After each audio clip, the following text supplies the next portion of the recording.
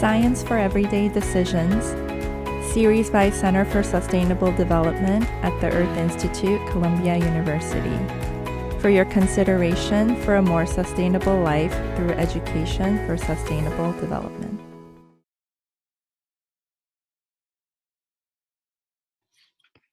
Welcome to the Eco Ambassador Program's first Zoom working session.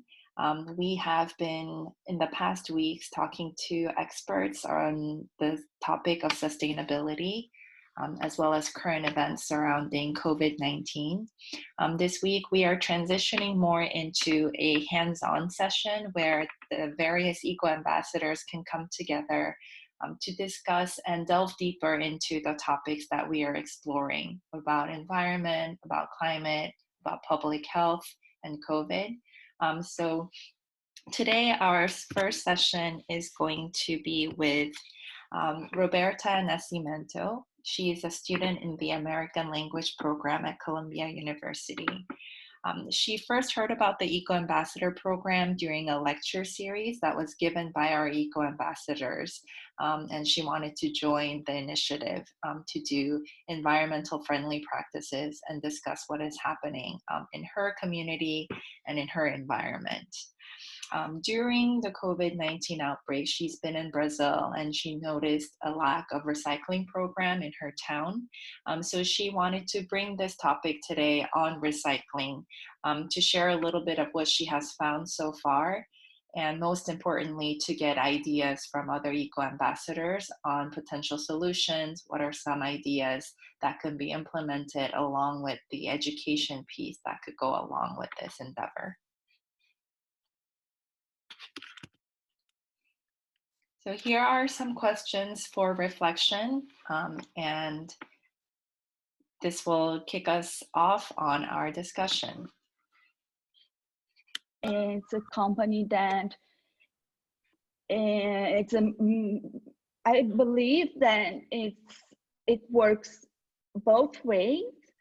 Either you can bring your residuals to the eco point, or you can call them and ask if they can go to your home and pick up for recycling.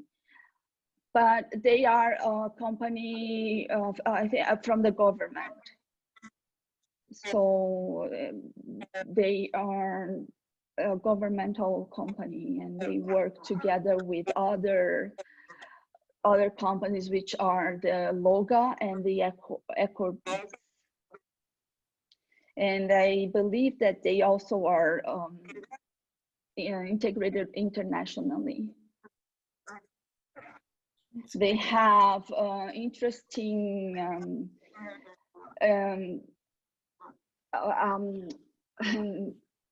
articles about South American inventions, if I may say, and this plastic bag that I mentioned in the PowerPoint. It's something that I found really interesting. It was from a Chilean professor invention. That it decomposes in the water. Just as a background, should we maybe just quickly go around and share how the recycling and the waste management is done in your neighborhood? Whoever wants to volunteer. So that way Roberta can also get a sense for what kind of other systems are there, if she's gonna be going into talking more with the municipality and the companies about this. Well, in our town, Melbourne, they basically outsource it to another company which operates in Newark. And they basically incinerate to extract materials that are economically viable. And they sell those goods to either local factories or to factories in emerging countries, in developing countries. How does the trash collection cycle work? Do they pick up every day both recyclables and regular waste, or how does it work? It depends on what goods, because if you like plastics, they pick up regularly. But if you have like special sized items, like bigger items, you have to go directly to the plant. So once a week in our town is for recyclables, and garbage is twice. And it's a pickup service, right? They come Right. around. And so even the recycles, and Janvi and Radhika can clarify, because not coincidentally, we're all in the same town. So the plastics and the recycles that they pick up, I mean, do they diligently recycle? Do we know that? If there is even slight contamination, then it goes into garbage because they are not sorting. No, but So- Janvi, her question is also, do we know, since it's a private company, do we know whether it is Oh, recycled or not? yeah, yeah. Very diligent. That's, That's so contamination is one thing. The other thing is, how do we ensure that it is recycled? We have never been. yeah, that is, I don't know. No, I don't, yeah, that's actually something worth looking into. Yeah. Yeah, I mean, we can only trust them for what they are claiming to do. Yeah, and for big recycling things, like sometimes I have to throw away some, big cartons and other things. So that I keep storing in the hope that I will throw away at the, I don't know whether, I think Alok knows because he's done some research there with the yard recycling. Yeah, We have town, however, I don't know how that happens. On a particular day and go to the recycle, there's a separate list. So again, every time there's a separate list, I have to read the whole thing and be very careful what I'm dumping there. So I don't know how to do that. Hello? He said that whatever is more economically, there are goods that can be recycled, but whatever's economics of it have to be factored in. So whatever's more economically viable, that's what they recycle. There are things that can be recycled, but they're too expensive to do so, and are not profitable to be recycled. Mr. Molman said, who's the township recycling coordinator. So does that mean like metals, for example, things that can be easily repurposed are the ones that they're more interested in? Yeah. Also, they will take like stuff like plastics and cardboards too, but you have to be careful. Like you have to like wash them and make sure they're not contaminated. And for cardboard, if there's like water on it, they won't take it. They'll just throw it out. They'll take it, but they won't like. Yeah, there's, even if there's slight rain water or whatever, they will not take it. That I remember, yeah.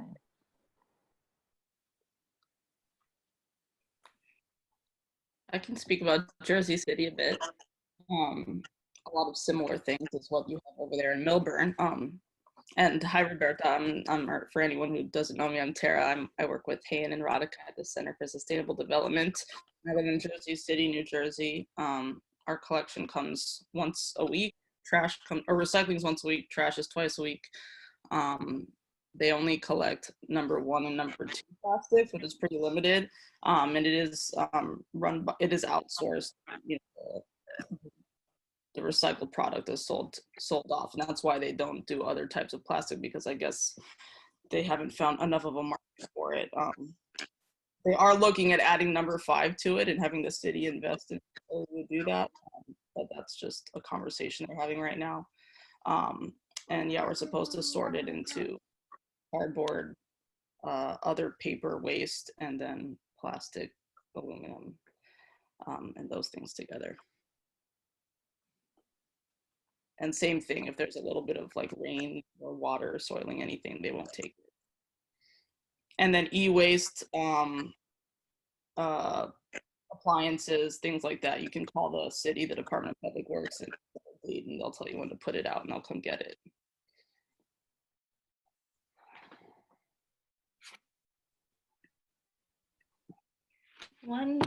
Yeah, we also have something for the e-waste, right? And it's like a county-based thing for us. And see, in few months they come, and I've seen the notification for that. Yeah. They've also compost drop-off points in some of the public parks, but it's not very well disseminated in all parts of the city. So the more like lower socioeconomic parts of the city have less access to this kind of opportunities or places to drop things off like that.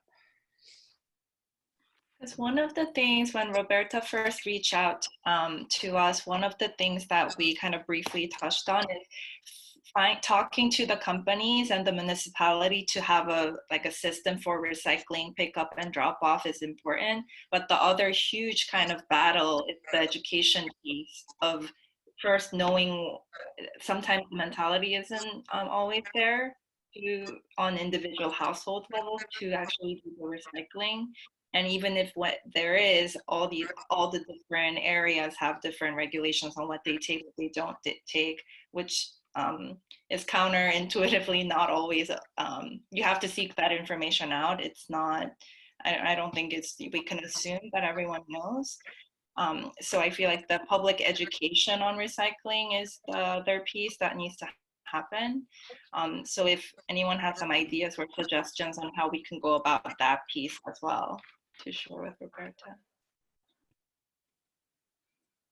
That's a very interesting point you raise, Hein. And Roberta should tell us, because I see from her slides that the basic idea is to educate about recycling, right? And as you said, there is, I mean, recycling is used very loosely, and the word is just there to kind of, it's almost like a guilt dump, right? Exactly.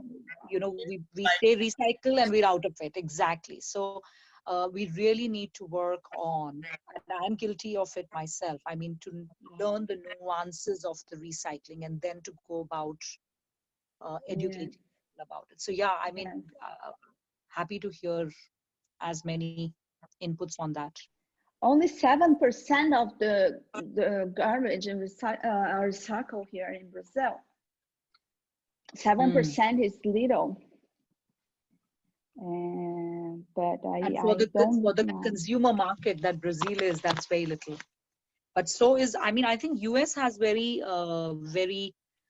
bad numbers also, right? US has very bad numbers, so people are moving away from. They are treating now the new thought with waste segregation is that this recycling, use it as trash. Like, you know, the idea here is that recycling and trash are the same thing because you never know whether things will be recycled or not. Yeah. So focusing much more on like, waste reduction at the source. If you can do composting, or if you can do other things at home, reuse things and not buy stuff and not buy products that are that have a plastic label or that have like, other things, promoting things that don't have a lot of waste generation. Like there is a refill thing also here, refill shop. So the idea is that you go and refill your own shampoo and your own soap rather than buying a new plastic bottle again, because you never know, even with those numbers that they write, 1, 5 and 7 are supposed to be recycled here, but they are not recycled that often because of the large numbers. And earlier on it used to be shipped to other countries, but now even that is not an option. So people are treating this as recycle and trash are the same thing. How we can either reuse it in different purposes is the whole new mantra for recycling, or to refuse, because it's a big challenge everywhere. Roberta, is there any other kind of background information you want to share in terms of what are the household behaviors, what are people's kind of attitudes about recycling, even if like a very systematic, a good program was to be available in that neighborhood? I mean, I'm not sure about water. I'm not sure about other programs, but I made a comment with a friend, and she often goes to New York State, and she spent her winter there. That is a summer, and she told me that she drinks a lot of beer, and she brings in the beer to the market, and they give her money for that because they have a machine that I think the machine have some kind of way to turn it into trash, and then just give them money for the amount of cans that she brings in. I don't know if there's a solution to give money. If you give your residual, like bottles, your plastic bag. Not in the US, but in India, there is a We whole used, Janvi, go ahead. sorry, go ahead. No, go ahead. Yeah, you're saying the same thing. So Go ahead. Go go ahead. ahead. Go ahead, Janvi. We had the same thing when we were growing up with milk bottles and, soda bottles that we used to take to our local store, and they would give us like something like 25 paisa or something, which is like 25 cents back for everything. So that was little motivation to, recycle. We also had a milk delivery service. So we had bottles delivered home, and then next day we had to wash and leave them, and the new bottle would come. So, but that changed now.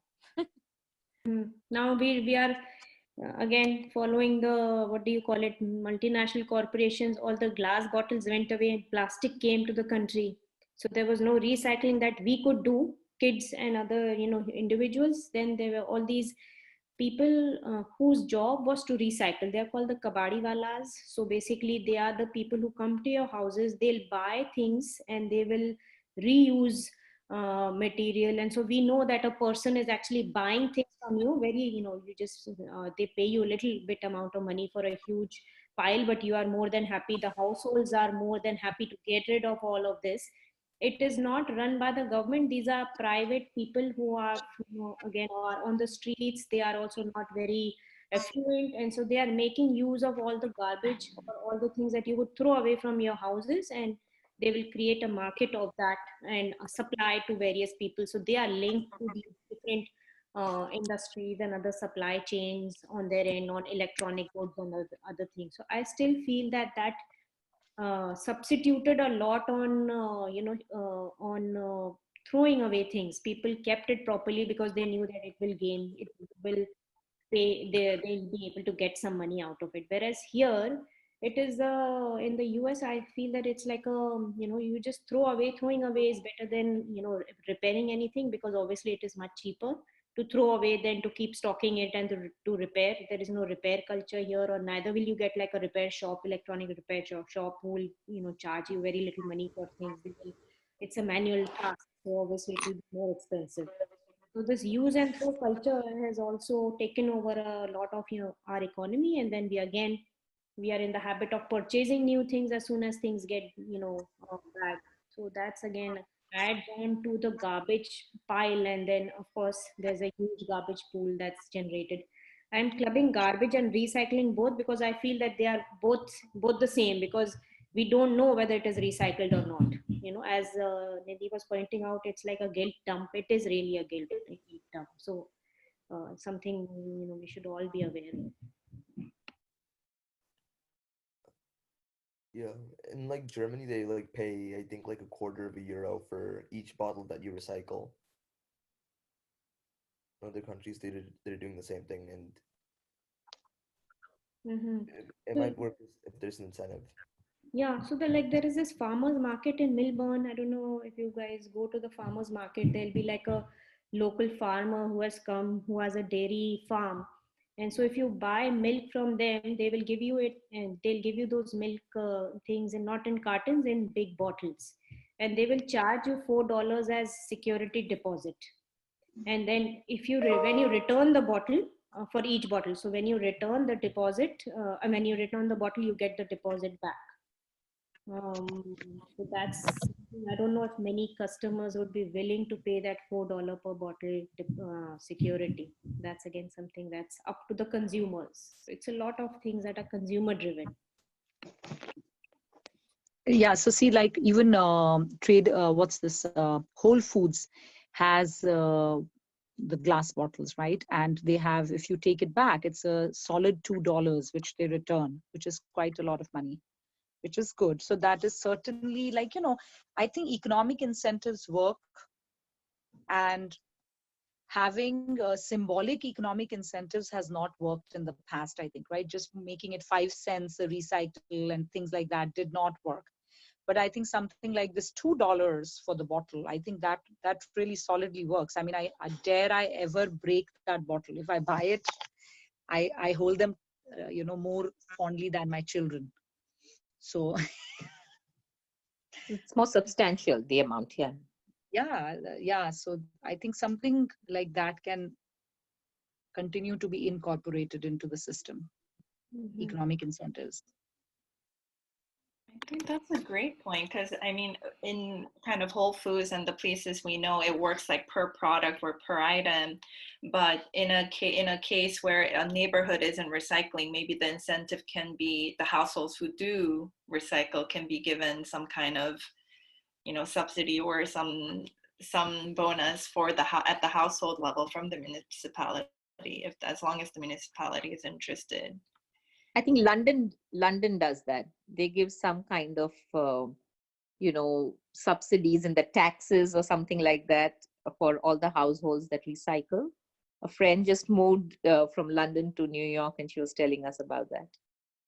So on that note, a disincentive works very well too. And so I think we've discussed this a couple of times informally amongst a few of us here, to create, to have our garbage be weighed. And you'll have to pay either by weight, or you'll have to buy a garbage bag to dump your garbage in. So every time you have to, throw out garbage, if you have to invest in a bag, your mentality can change about how much garbage you want to create, right? So that's a disincentive. So you're being taxed for the garbage as opposed to being rewarded for creating less. So I think that's also something which I feel can work well. I think that's a great point. In Korea, actually, it's exactly that. So they have to pay. I'm forgetting the exact amount, but per bag, and the bags are quite small. So you need to buy a lot of it. Each bag is really tiny. I mean, the kind of normal average garbage bags that I see in grocery stores here in the US it's very hard to find them, I think, normally in a Korean store. So the bags are very small. You have to pay per bag, and you buy a roll, and then they're just so strict on it that people's behavior, when it comes to recycling and trash disposal, it's really about not wasting things. And I think it has worked. Yeah. Hannah, Go ahead, Tara. I was just wanting to learn more about that because I participated in this waste working group in our town to think through some of these ideas, and that idea had come up, but it was kind of pushed to the side because people were really concerned about equity issues and also implementation issues in like apartment buildings and things like that, where everyone throws into like a communal dumpster or something like that. So just wondering if you have any more details on how those kind of things are addressed, or how people who may not have as much access to info and know about these things don't get harmed by these higher costs, especially lower lower income folks. I mean, for the case of Korea, I'm forgetting for how long they've had in place, but ever since I was quite young, I remember this being the case. And I think when it comes to these kind of like social municipal decisions, the country is very quick on public education and messaging, and Koreans, they're really up to date on like IT, and like the information dissemination mechanisms and channels are already there.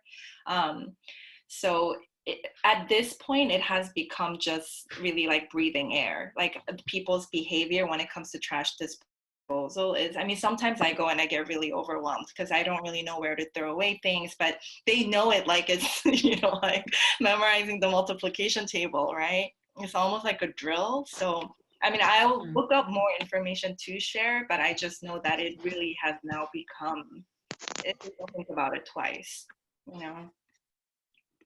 But yeah, I can share more info once I find actual like implementation and things like that. When there is a fine associated, I think irrespective of the income bracket that you're in, you become more responsive. Otherwise, the things can continue irrespective of whatever information is there. So a couple of years back when I had moved here, I was completely ignorant on like recycling. I could do recycle just, based on what I think, not based on what the facts are. So I used to do recycling, and then suddenly I was told, I don't know if you guys remember Nidhi and Janvi, whether you were there at that time. Well, like a couple of years back, the government here, like the municipal corporation here, said that they will fine $250 if the recycling is not good. And so after that, I made sure that I had all the facts available, because obviously I didn't want to pay the $250 just because of, so that's the time I started reviewing all. And that time also, there were a lot of, from the township itself, there were a lot of information given out and flyers and posters, and I could find it, everywhere. But also it was on me, like, okay, I don't want to pay the fine, so what is it that I need to recycle? So this fine bit also, I think, is a big factor that helped me to understand what is recyclable, what is not, other things. And and it's pretty easily available in the township website. Everyone has access to the website. If they've not seen the posters, I still go back to the website and they have all the information there updated. My only problem is that they keep updating so often and things keep changing frequently. So you have to keep track with what's changing and what's not. But the fine idea, I thought, was a pretty good idea to get people like me on track on what's recyclable and what's not.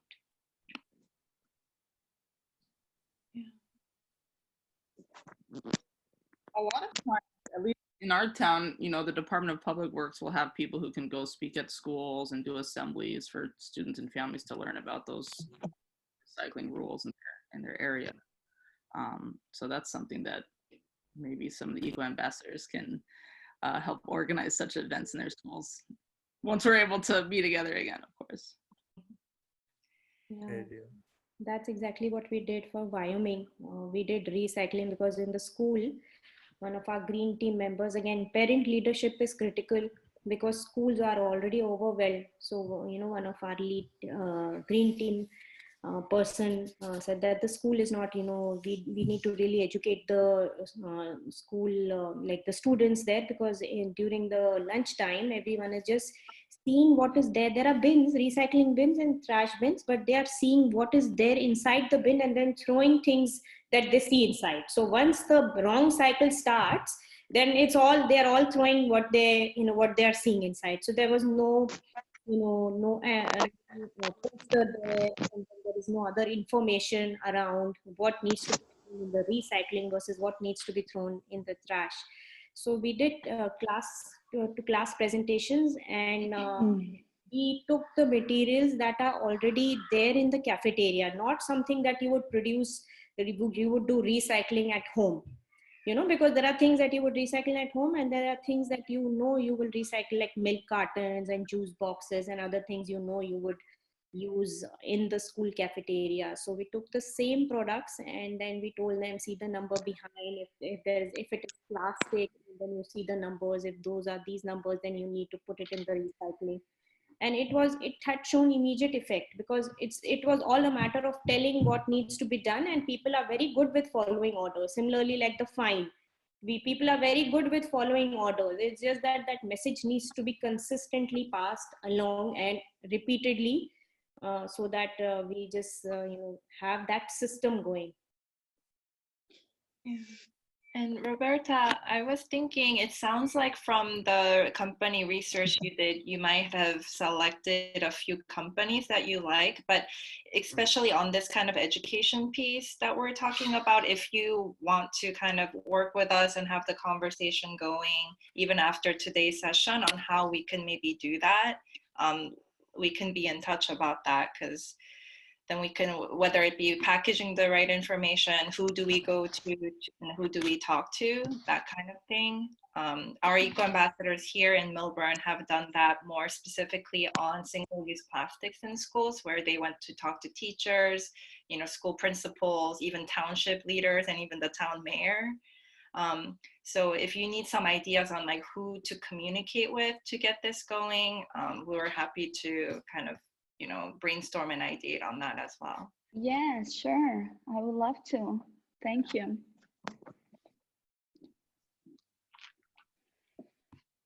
Were there any other kind of specific points that you wanted some more ideas on from the group?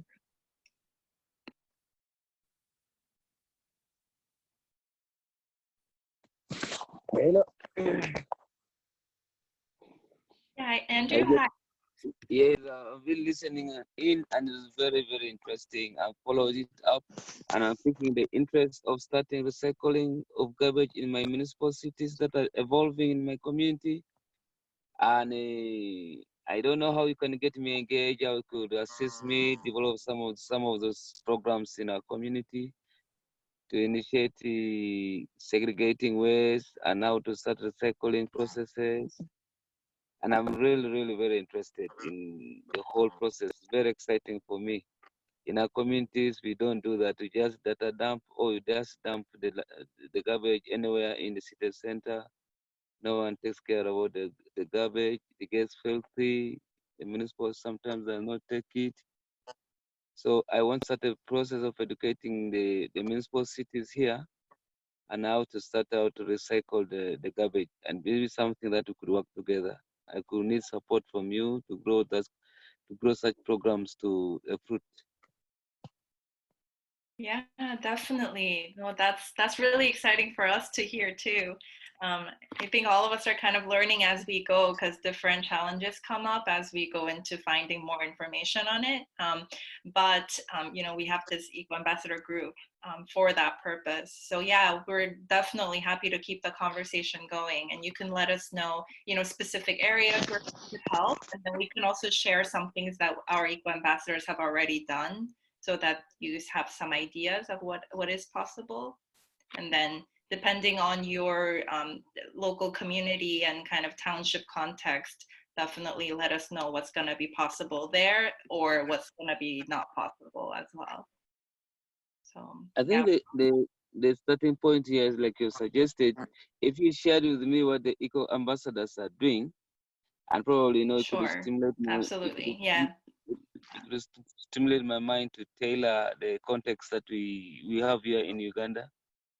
And I Mm-hmm. think I also have a grant opportunity that I think there's somebody or some people are supporting initiatives related to plastic waste or management around the world. Also after this meeting, probably we'll share it with an email so that you could have what it talks about and see how we could support when we come up with something to support us as well. So I'll send you that information as well. Oh wow, great. Yeah, yeah, that's exciting. Please do. Yeah. Yes, There's a lot that we can learn from our colleague John from Rwanda. They have completely banned plastic, single-use plastic. So I think that's another great country. Maybe John, we can invite John to do a presentation on how they are, just like, household-wise, like what are they doing to control plastic and, other things. And then also, Roberta, I don't know if there is a separate, if you can not I mean single use plastic bags. I have a separate bin where I collect it, and then there are separate places in the community where you can put it there for recycling. Just the plastic bags, of course they have to be clean and they have to be of certain type. So I don't know if Sao Paulo has a place like this where you do recycling of plastic bags. I don't know either, but I can collect them. Yes, I think that the places that collect plastic bottle might collect plastic bags as well.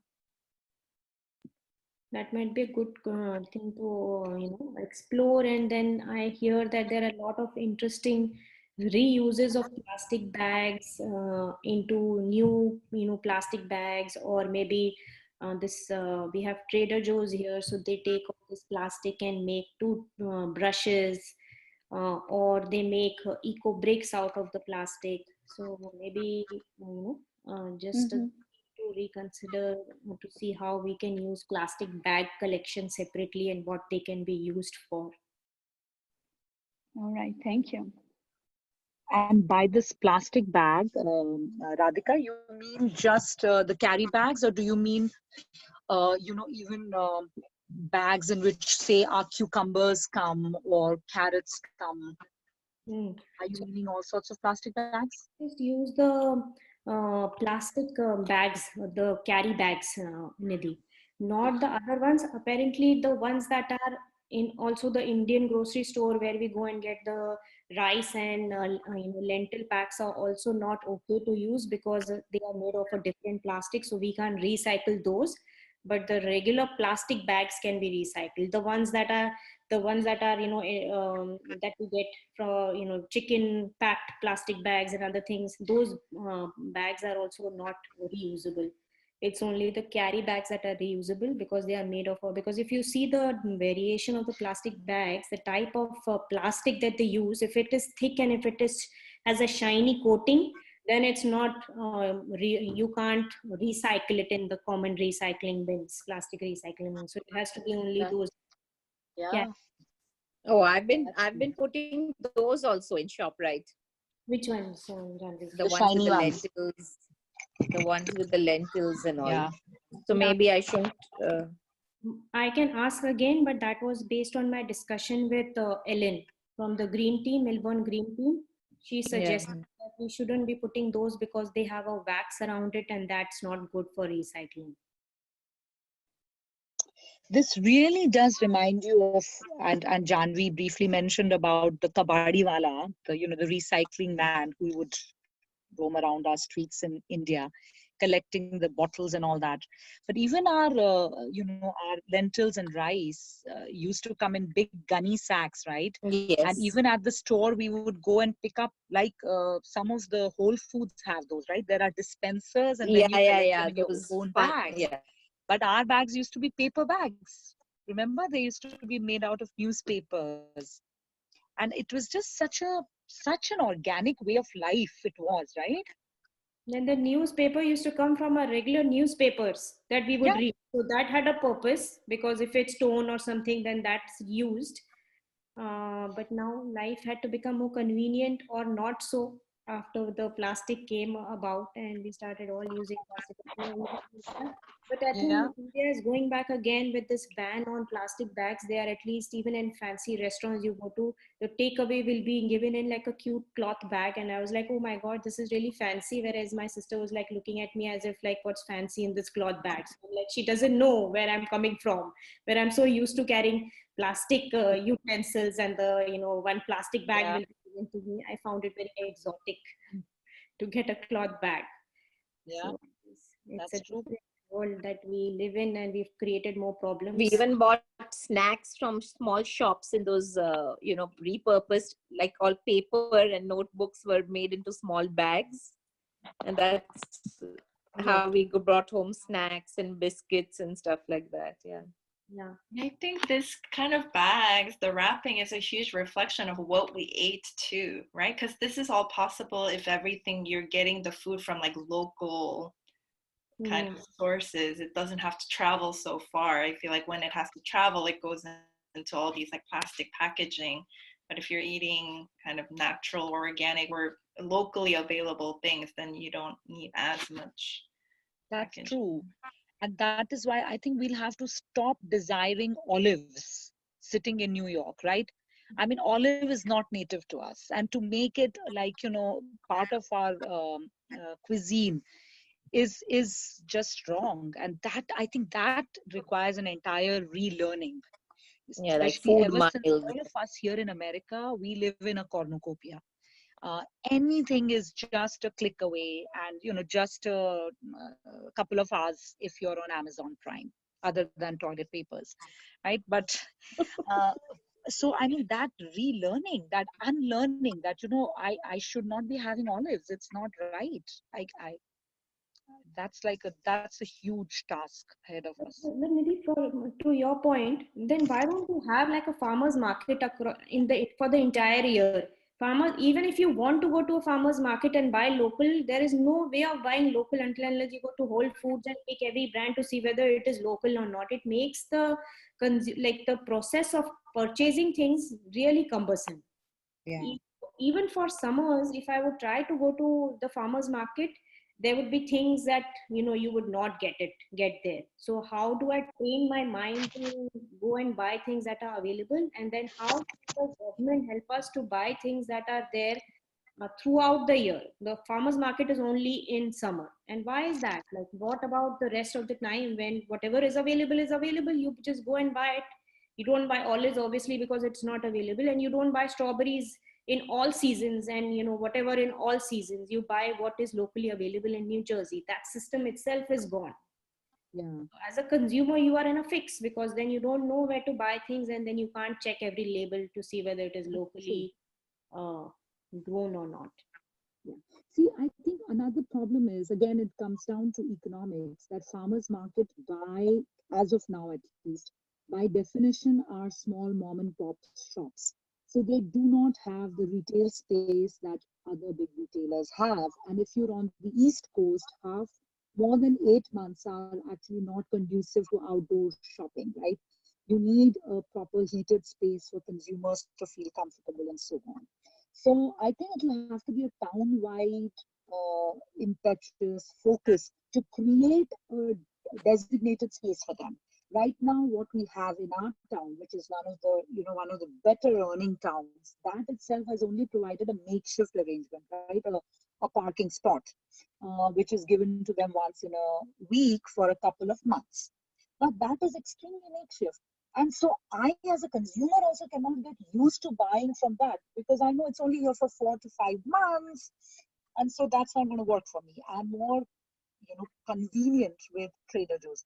So I think if town-wide we kind of give them a designated spot, we know they're always there. Okay, their goods will vary, but they will be there always. Then again, it will create a sense of, but I think we are very far from that. That is not going to happen for a while in our town itself. I feel we as consumers are very much into, especially those of us who have the luxury. We are not in New York City, so we don't have small homes. We have big homes, which means we have the capacity and therefore the desire to store in our pantries, right? So we buy bulk. We go to Costco's. And that is a habit which is not going to be easy for us to change. We're just too used to this lifestyle right now.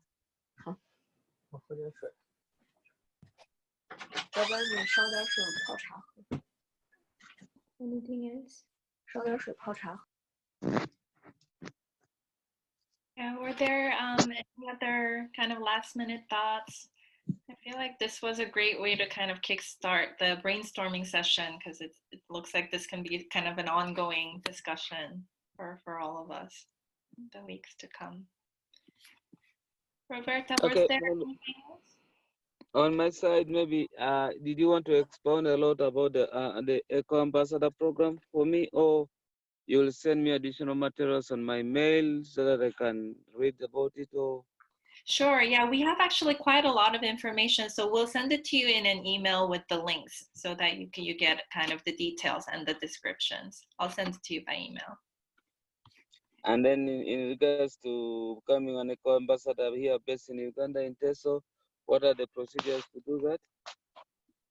I think you already are on board, Andrew. You expressed interest, so we're gonna just grab onto that. Thank you very much. Yeah. So yeah, but I'll send you some other information, and we can be in touch. Yeah. Great.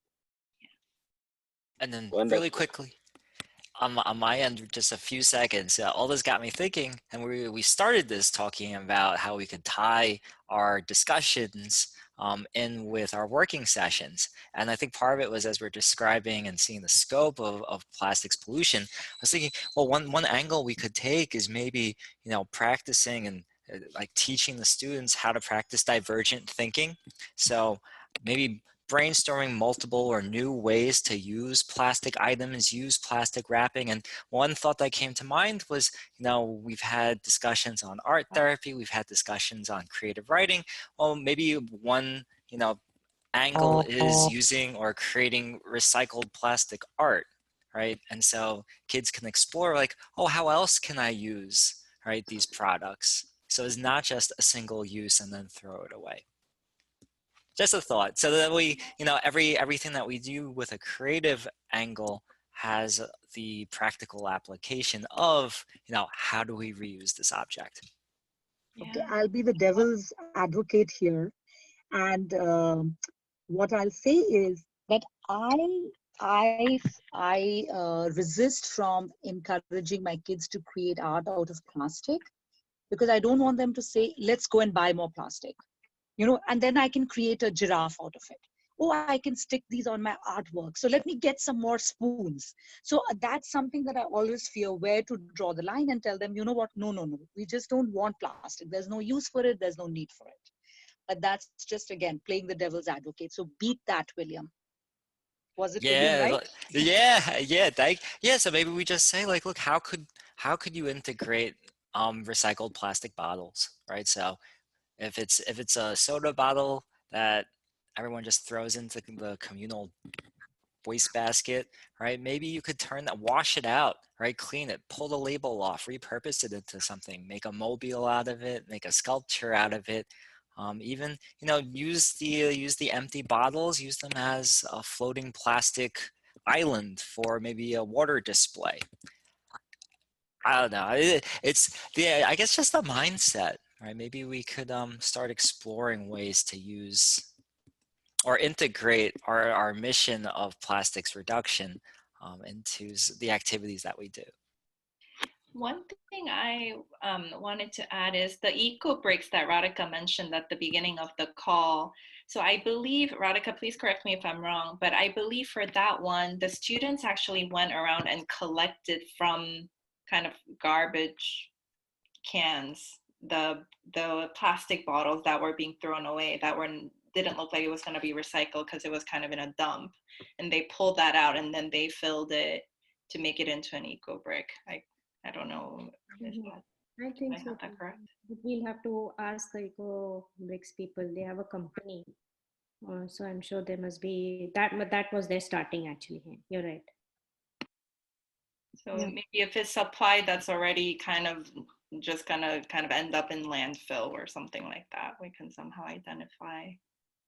And just along those lines, I can't help myself but to just do a little show and tell from some of the products and this might be interesting for you, Andrew, too, because we have a project in Ghana where a lot of the folks there get their clean drinking water from these plastic sachets, and they don't have a lot of waste management services, so they end up kind of littering, the sides of the roads and the beaches and things like that. So, and again, I totally hear that, we don't encourage more plastic use, but in that particular case, there isn't another source of clean drinking water for a lot of people right now. So they're making products like these. This is a lunchbox for kids that's lined with those plastic sachets that have been sanitized and sewn together to make waterproof products. Okay. Lunch boxes, and they're doing reusable bags. Sensitization and distributing these bags that are lined with the plastic to help encourage bring your own bag practice as part of that community sensitization they're doing. So yeah, just thought I'd share that real quick. Maybe we can do a session with them. Absolutely. It's pretty late for them there, but since Andrew's on, I think they have no excuse. Maybe we should do it some other, like during the days or something, Tara, because otherwise this might be very late for them. And then we don't know right now because of COVID. I don't know if they are all locked down into their own houses and how many of them have internet. So we'll wait for some time. Yeah. Another session we want to do is on composting, because the waste reduction, I think, needs to start from houses, on saying no to plastic and then reusing whatever you have bought, and then the other part is the composting. So I think that's something that we can all learn from various. I think everyone is doing some form or the other, so let's learn from each other on what works. Ideal composting, I think no one can do, because it's very ideal and it's meant for people who don't have anything else to do except composting and do so many things. I think we need to form our own way of doing composting. So let's try to learn from each other on what works, what doesn't work. Meanwhile, we have COVID-19 to tackle. So tomorrow we have a 9 o'clock session with a climate journalist. 10 a.m. Sorry, 10 a.m. Sorry, 10 a.m. session on COVID-19. This journalist from Telegraph, Calcutta, who is joining us, who is an environment journalist, but now is focusing on COVID-19 story coverage. And let's learn from him on not just his work again, as we had our other speaker, Shahana Ghosh. She not only spoke about her work, but also spoke about her passion and how she was able to learn these writing skills. So that's something that you can learn tomorrow. So ask all the eco ambassadors who want to be good writers. I think it will be a good prelude to Janvi when she comes on board to do her workshop on creative writing, but at least some discussion to see what type of profession people can go into using climate related writing. So I think that's going to be wonderful. And then again, we have a lot of series of workshops. If you have ideas, please let us know of the workshops. But we will have a RSVP from now onwards. Now meaning like not tomorrow, but next week onwards, because we want to make sure that people who are interested in that type of workshop will be invited for that workshop. It will be more intensive than our sessions have been so far. So you really need to be interested in the topic, and you really need to be an eco ambassador to do the knowledge part and do the eco activism part. So I think both are needed for those workshops. That's it from me, Hin. I don't know if you have another last question. Just thank you so much, Roberta, Andrew, and Z for joining us and for showing interest. We present our Eco Ambassador program just hoping that someone would really find it relevant and important for them. And we're so excited for you reaching out to us. So thank you for that. And we look forward to our continued discussion. And this is just the beginning. So you'll hear more from us as well. Thank you. Thank you. Nice to meet you all. Thank you, Roberta. Thank you. Thank you, you. everyone. Thank you. Take care, everybody. Thank you. Bye. Bye. Bye. Bye.